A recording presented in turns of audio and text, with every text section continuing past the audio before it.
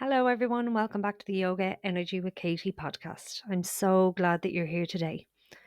And I want to talk about a couple of different things. I will be talking about the Yoga Alliance, insurance and safety, and peer reviews. So, when I started creating this course, which I've changed the name of now, I was dead set on calling this not another yoga teacher training, but what feels more aligned is now become your own yoga teacher. Because yes, this is technically a yoga teacher training. Has a lot of the same aspects of a 200-hour yoga teacher training course, but because it's done in 3 levels, you can simply do this course just for you and never think about offering yoga as a service for anyone else, only yourself. I really want this course to be for you to come and really tune in to the teacher that is within. So, as I go about making this course official, I had a couple of different options. My first option was not to register this course with anybody. And I think this would have left me quite vulnerable when it comes to insurance. So I didn't want to go down that road. It may have also left students vulnerable afterwards if those students were ready to teach. And I don't want that. I want, especially anybody who's going to teach afterwards, to be as ready as possible and have nothing hold them back.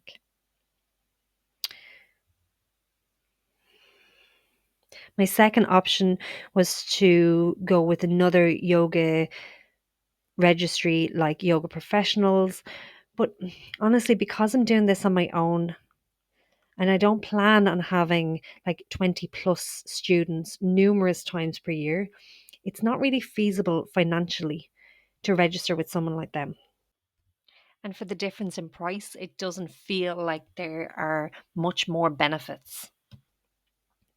And the more I started looking into Yoga Alliance, honestly, I think they do charge too much for what's offered, yes. But I suppose that's just the nature of our capitalist society. I suppose it's just what I have to do if I want to make sure that anybody who decides to teach after my course has the best start and won't face any challenges with insurance and validation. So, I recently registered as an experienced yoga teacher on Yoga Alliance. Basically, what that means is I've completed a minimum of 500 hours of teacher training. I've done 200 hours in 2016 and I've done 300 hours in 2023. And in between that, I've done countless trainings. Some could have been registered with Yoga Alliance as CPD trainings, but I never bothered counting hours. I've always just done trainings I felt were relevant to me and for my practice. I've always had my own practice at the heart of everything. And any courses that had a Yoga Alliance certificate never meant anything to me anyway. I always just followed the teachers that I respected and followed the path of the lessons that I was interested in. So, registering myself as an experienced yoga teacher, it also means that I've taught a minimum of 2,000 hours. So, over the last 9 years, I've taught a lot of classes, retreats, I've taught at festivals, private sessions, public classes. But my very first class was on a boat in Halong Bay in Vietnam. It was very shortly after I'd done my first teacher training in India, and I did a bit of traveling around Asia afterwards. And I was on this kind of tour boat, and a group of people thought it was interesting that I'd just done this training, and I offered to teach them a class the next morning, and I will always remember it as such a special experience. Like, it was literally in one of the most stunning places on earth. So, my next step then to become a yoga school registered with Yoga Alliance. So, following on from being an experienced yoga teacher, I can now register as a yoga school.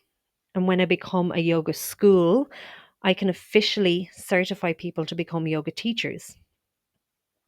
And I don't want to register just yet, though, because I don't want to rush the manuals and I want to make sure everything is finalized first, have my dates in place, really just get the course ready. Then I'll register as a yoga school.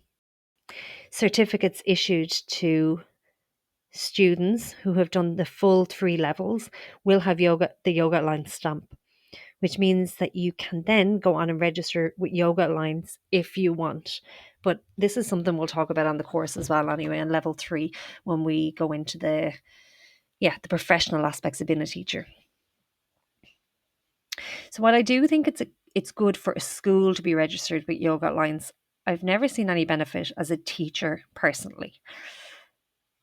My first year teaching, I did register and it cost me about $100 and I gained nothing. That said, for students thinking about the future, it gives an acknowledged start that can help you if you move countries. Like, Yoga Alliance is acknowledged all over the world. But Yoga Alliance doesn't uphold standards. Nobody comes and checks what I'm teaching or if students have completed all their hours. That responsibility will fall on me.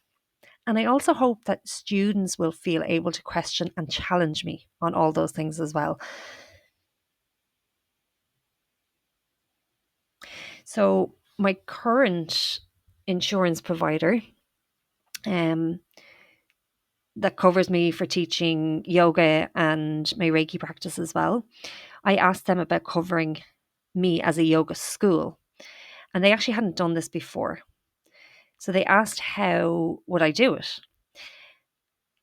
And they required proof that I would follow the Yoga Alliance standards. So that's another reason that I did decide to register. Do you ever think about these things, insurance standards, when you take a course? Or do you just assume that they're done? I'd be really interested to hear your comments on that. So, for someone wanting to do level 1 and 2, just to develop their own practice, this isn't something you need to worry about.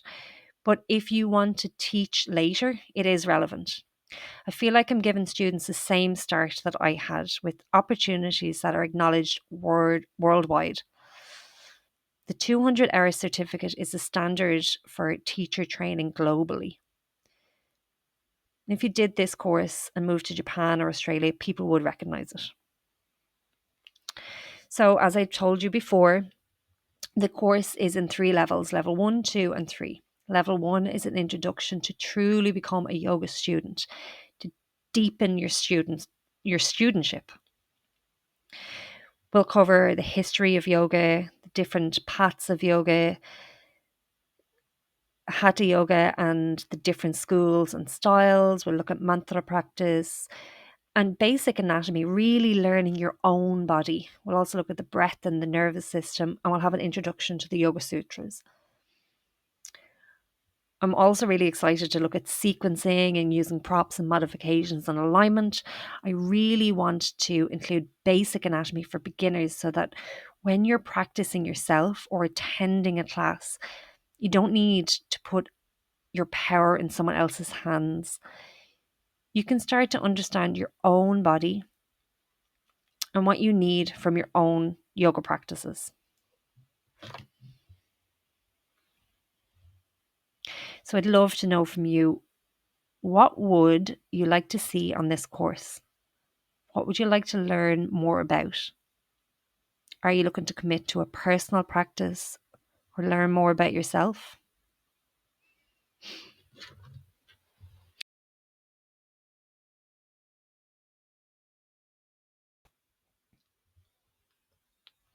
One thing I really want to develop, especially as I start this yoga student training, is peer reviews for classes. So I'm really talking to you, especially if you're a yoga teacher who works alone, like me, maybe a higher space, you run your own classes. I think it might be a really good idea if we come together to offer each other peer reviews. Because, like I mentioned earlier on, there is no yoga governing body. There is nobody standing over us, assessing our work or making sure that we're following certain standards. It's just assumed that we know what we're doing. And I don't want to go down the road of slagging people off. But there are a lot of yoga teachers out there who don't know what they're doing. Like, let's call a spade a spade. So I want to know, if you're a teacher, would you like to visit each other's classes and give honest feedback? What works, what might need improvement, what recommendation and training we give to one another. I think this might be a really nice way to connect and keep ourselves accountable. This is not about becoming the yoga police. The last thing we need is someone coming into your class judging and criticizing, but rather let's see this as a support network for one another. And not only can you help to give each other feedback, it will also be really beautiful to visit other classes to get inspiration and to learn something new from each other. Because we don't have a governing body, it's up to us to do it. Okay, I know this short podcast has been a lot about teaching and yeah, I really don't want this course to be all about teaching, but just talking about the Yoga Alliance, I do think that speaks to teachers. But let's get back to the studentship. So the first aspect of this whole thing that I'm creating is the yoga club. I'm starting this Sunday. It's an online gathering. It's donation based, and that's a really, really important aspect of this whole thing. I want to make yoga accessible for as many people as possible. So the online aspect is nothing to do with movement or postures or the physical aspect. It's just a discussion group. It's donation based, so you can come for free or you can leave a donation if you feel able to. And the one of the main reasons I broke the student course down into 3 levels is so that if you can't afford to do a teacher training, well, you can just come to one aspect of it. And then maybe the next year you can come to level 2, or maybe the next year you can come to level 3, so that the knowledge of yoga is not out of your reach. I'm going to try and make it as accessible to as many people as I can. So this part is for current yoga teachers. And each month we'll discuss different topics. This month we're talking about ease, how to bring more ease into our practices and into our life. So if you'd like to join that, you can click the link below. Go to my website, www.yogaenergywithkatie.com. So here's a couple of questions to leave you with. How can you bring more ease into your practices, into your life? What's one small thing you could do this week to make that happen? I'll try my very best to have another episode for next week. Next week, I do hope to look at some of the content that I'm including in especially level 1 and 2, some of the mythology and the philosophy of yoga. But if there's a topic that you're really interested in, I'd love for you to get in touch with me and let me know what it is that you really want to learn more about. So thank you so much for listening, for reflecting, and being part of this journey. I can't wait to see what we create together.